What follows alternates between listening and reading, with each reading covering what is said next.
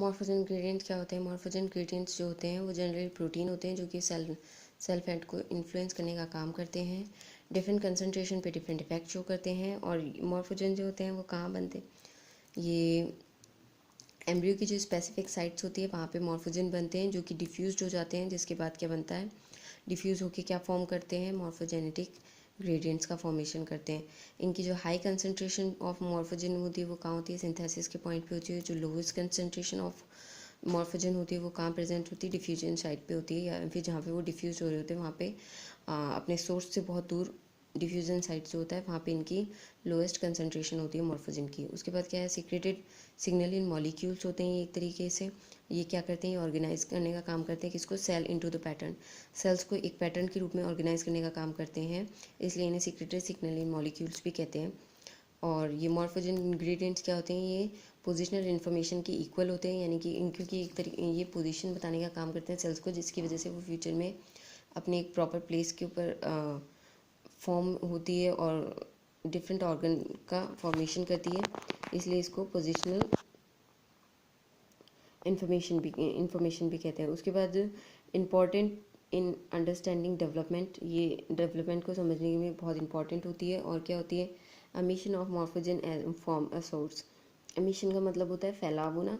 तो जो सोर्स है जहाँ से मॉर्फोजेन का फैलाव होता है या मॉर्फोजेन स्प्रेड आउट होते हैं, वो क्या करता है, वो लीड करता है डिफरेंट टाइप ऑफ सेल्स के फॉर्मेशन को। जो सेल डिफरेंट टाइप के जो सेल्स होते हैं उनके फॉर्मेशन को लीड करने का काम करता है। क्यों किसके अंदर करता है? अलग अलग जगह के अंदर, यानी एक प्रॉपर जो जगह होती है जहाँ पे जिस सेल्स को होना चाहिए वो वहाँ पे उस सेल्स के फॉर्मेशन का काम करता है। और क्या है, this is the way creating complex pattern of gene expression. Gene expression होता है, इसमें कॉम्प्लेक्स पैटर्न को क्रिएट करने का काम करता है। और डिफरेंट जो एम्ब्रियो होता है, एम्ब्रियो में जो अनकमिटेड सेल्स होती हैं, यानी जिनका कोई डायरेक्शन नहीं होता है कि वो कहाँ जाके कौन से ऑर्गन का फॉर्मेशन करेगी, उनको पोजीशन देता है ताकि वो फ्यूचर में जाके कमिटेड हो जाए और अपने ऑर्गन को डेवलपमेंट कर पाए। उसके बाद क्या है, मॉर्फोजेन ग्रेडियंट मैकेनिज्म। इसमें क्या होता है, जो मॉर्फोजेन ग्रेडियंट है इस मैकेनिज्म में क्या होता है, जो एम्ब्रियो का जो पार्ट होता है वो सिग्नल प्रोड्यूस करता है, जिसकी वजह से क्या होता है, डिटरमाइन द लोकेशन को डिटर्मिनेशन का काम हो जाता है। डिफ्रेंसिएशन का होता है फैट ऑफ मैनी सेल्स में फैट फॉर्मेशन का काम में हेल्प हो जाती है। तो जो मॉर्फोजेन ग्रेडियंट है वो क्या मेनली क्या होता है, ये जो एम्ब्रियो होता है, एम्ब्रियो का पार्ट होता है एक प्रॉपर, जो सिग्नल देने का काम करता है, जिसकी वजह से लोकेशन का पता या फिर डिफ्रेंसिएशन हो जाता है और फैट सेल्स का फॉर्मेशन हो जाता है, या फैट सेल्स के फॉर्मेशन में हेल्प हो जाती है, फैट सेल्स की कलेक्शन में हेल्प हो जाता है। उसके बाद क्या है, एग्जांपल ऑफ मॉर्फोजेनेसिस। इसमें क्या है, specification of anterior posterior axis in of Drosophila, ये बताएंगे। तो इसके अंदर क्या है, ये early stage of Drosophila development है। इसमें ये एंटीरियर एक्सिस है, ये पोस्टीरियर एक्सिस है। जो इस एक्सिस में जो फॉर्मेशन होता है, तो जो एंटीरियर एक्सिस है इसके अंदर मॉर्फोजेन ग्रेडियंट के रूप में क्या प्रेजेंट होता है, इसके अंदर मॉर्फोजेन ग्रेडियंट के रूप में बाइकॉइड प्रोटीन प्रेजेंट होता है। और पोस्टीरियर रीजन पे नैनोज प्रोटीन प्रेजेंट होता है। जो बाइकॉइड प्रोटीन होता है वो bicoid protein mRNA in cytoplasm and here nanos protein mRNA in cytoplasm. अब क्या होगा, फर्टिलाइजेशन होगा, उसकी वजह से क्या होगा, ये जो न्यूक्लियस प्रेजेंट है अर्ली स्टेज में उसका डिवाइडेशन हो जाएगा। उसके बाद ये क्या होगा, पूरे साइटोप्लाज्म में स्प्रेड आउट हो जाएगा। उसके बाद मतलब डिवाइड हो जाएगा एक तरीके से साइटोप्लाज्म में। उसके बाद जो बाइकॉइड प्रोटीन का जो साइड है, इंटीरियर साइड है, वहाँ पे बाइकॉइड जो है वो अपना घनत्व बढ़ा देगी या अपनी संख्या में वृद्धि कर देगी, और यहाँ पे जो नैनोस प्रोटीन है वो अपनी संख्या में वृद्धि करेगा। तो जो ग्रेडियंट्स ऑफ यहाँ पे ये जो है ये ग्रेडियंट्स ऑफ बाइकॉइड प्रोटीन है, यहाँ पे ग्रेडियंट्स ऑफ नैनोस प्रोटीन्स है। इसके बाद क्या होगा, सेलुलराइजेशन होगा। अब यहाँ पे इसका मतलब ये नहीं है कि यहाँ पे बाइकॉइड प्रोटीन है तो यहाँ पे नैनोस नहीं होगा, यहाँ पे बहुत लेस अमाउंट के अंदर नैनोस प्रोटीन भी प्रेजेंट होंगे जो कि हेड फॉर्मेशन में लिटिल हेल्प करते हैं। और यहाँ की साइड नैनोस का जो अमाउंट है, नैनोस प्रोटीन का जो अमाउंट है उसके अंदर लेस अमाउंट में बाइकॉइड प्रोटीन भी प्रेजेंट होते हैं जो कि एब्डोमिनल या फिर थोरैक्स के फॉर्मेशन में हेल्प करते हैं। अब यहाँ पे क्या होगा नेक्स्ट में सेलुलराइजेशन होगा, जिससे क्या होगा जो डिफरेंट सेल्स हैं वो डिफरेंट ऑर्गन का फॉर्मेशन करने के लिए रेडी रहेंगी। अब इसमें सबसे पहले जो स्टार्टिंग का फर्स्ट सेगमेंट है उसके अंदर एक्रोन फॉर्मिंग रीजन है। ये सबको रीजन में डिवाइड कर दिया जाए तो ये एक्रोन फॉर्मिंग रीजन है। इसके अंदर हेड कैप का फॉर्मेशन होता है। सेकंड है जो है हेड फॉर्मिंग रीजन है। सेकंड रीजन हेड का फॉर्मेशन के लिए होता है। थर्ड रीजन होता है थॉरिक्स के फॉर्मेशन के लिए होता है।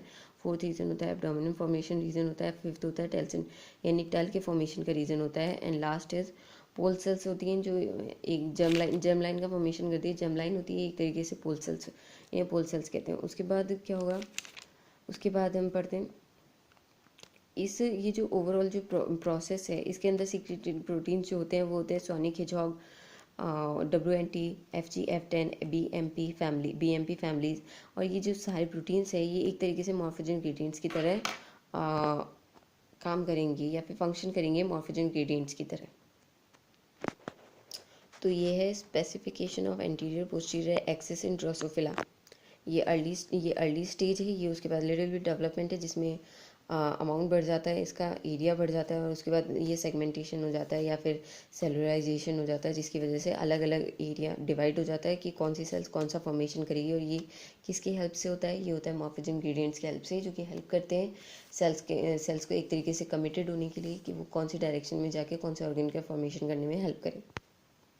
अब जो ये प्रोटीन्स के बारे में हमने बताया है ये मॉर्फोजेन इंग्रेडिएंट्स के रूप में जो काम करते हैं ये डिफरेंट वेज में करते हैं। इनकी जो वैरायटी ऑफ वेज है इसमें है फर्स्ट नंबर पे है इनिशिएटिंग अ सिग्नलिंग रैले। इसमें क्या होता है जो सिग्नलिंग प्रोटीन होता है वो सिग्नल ना देकर वो एडजेसेंट जो सेल्स होती हैं उनको इंड्यूस कर देता है, जिसकी वजह से जो एडजेसेंट सेल्स होती हैं वो सेकंड जो सिग्नलिंग प्रोटीन होता है उसको प्रोड्यूस करने का काम करती है। जैसे कि एग्जांपल के तौर पे अगर हम देखें जो सोनिक हिजॉग प्रोटीन है वो फर्स्ट सिग्नलिंग प्रोटीन होता है, लेकिन ये डायरेक्टली एडजेसेंट सेल्स को ये डायरेक्टली सिग्नल देने से डिफ्यूज़ कर देता है, और बल्कि इसकी जगह क्या करता है ये जो एडजेसेंट सेल्स ये BMP2 का एक्सप्रेशन कर देता है, जो कि एडजेसेंट सेल्स जो होती हैं यहाँ पे प्रेजेंट है वर्टिब्रेट लिम्ब में जो एडजेसेंट सेल्स प्रेजेंट होती है इसमें एक्सप्रेस आउट होने का काम करता है। यानी जो सोनिक हिजॉग प्रोटीन है वो इंड्यूस करता है BMP2 को। वो BMP2 क्या होता है एक्सप्रेस्ड आउट होती है एडजेसेंट सेल्स में, जो कि वर्टिब्रेटरी लिम्ब में प्रेजेंट होता है। सेकेंड नंबर पे क्या होता है साइटोनीम्स का होता है। साइटोनीम्स में क्या होता है ये साइटोनीम्स की स्ट्रक्चर है जिसमें जो है लिगेंड का फॉर्मेशन होता है, जो कि रिसेप्टर के एंड पे जाके बाइंड हो जाते हैं और फिर सिग्नल ट्रांसडक्शन का काम करते हैं, या फिर एक तरीके से सिग्नल ट्रांसडक्शन पाथवे का फॉर्मेशन कर देता है। यानी कि जो अलग अलग ये जो सारी साइटोनीम्स हैं ये लिगेंड का फॉर्मेशन करेगी। लास्ट पे रिसेप्टर प्रेजेंट है इस पे, और रिसेप्टर के एंड पे या साइटोनीम्स के एंड पे जो रिसेप्टर प्रेजेंट है उस पर बाइंड हो जाएंगी। ये जो लिगेंड है सारे, ये लिगेंड है, हर एक सेल्स के पास एक लिगेंड है, ये सारे बाइंड हो जाएंगे और ये सारा प्रोसेस होता है साइटोप्लाज्म के अंदर। थर्ड नंबर पे है intracellular transport bye cyclical endo और एक्सोसाइटोसिस।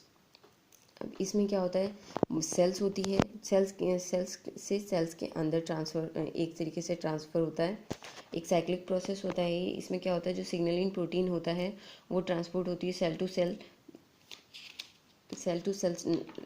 साइक्लिक एंडोसाइसिस एक्सोसाइटोसिस के थ्रू ट्रांसपोर्टेशन होता है। और इसके जो एविडेंस है वो हमें किस में मिले हैं, इंट्रासेल्युलर ट्रांसपोर्ट के एविडेंस हमें मिले हैं। विंगलेस ड्रोसोफिला होती है उसके अंदर हमें ये एविडेंस मिले हैं। ये टोटल है मैकेनिज्म बाय विच सिक्रीशन और secreted protein could generate मॉर्फोजेन gradient. इसमें फर्स्ट नंबर पे हमने देखा इनिशिएटिंग सिग्नल, यानी कि जो फर्स्ट सिग्नलिन प्रोटीन होता है वो सिग्नल ना देके सेकंड को इंड्यूस कर देता है, जिससे एडजेसेंट सेल्स पे एक्सप्रेशन हो जाता है, जिसकी वजह से जो कि वर्टिब्रेट लिम्ब में प्रेजेंट होता है। सेकंड में साइटोनीम्स होते हैं।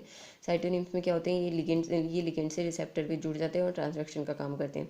थर्ड पे क्या होता है इंटरसेल्युलर ट्रांसपोर्ट होता है, जिसमें सेल टू सेल्स जो है ट्रांसपोर्ट होता रहता है सिग्नल्स का। ये टोटल मैकेनिज्म है। तो ये है मॉर्फोजेनिक ग्रेडियंट.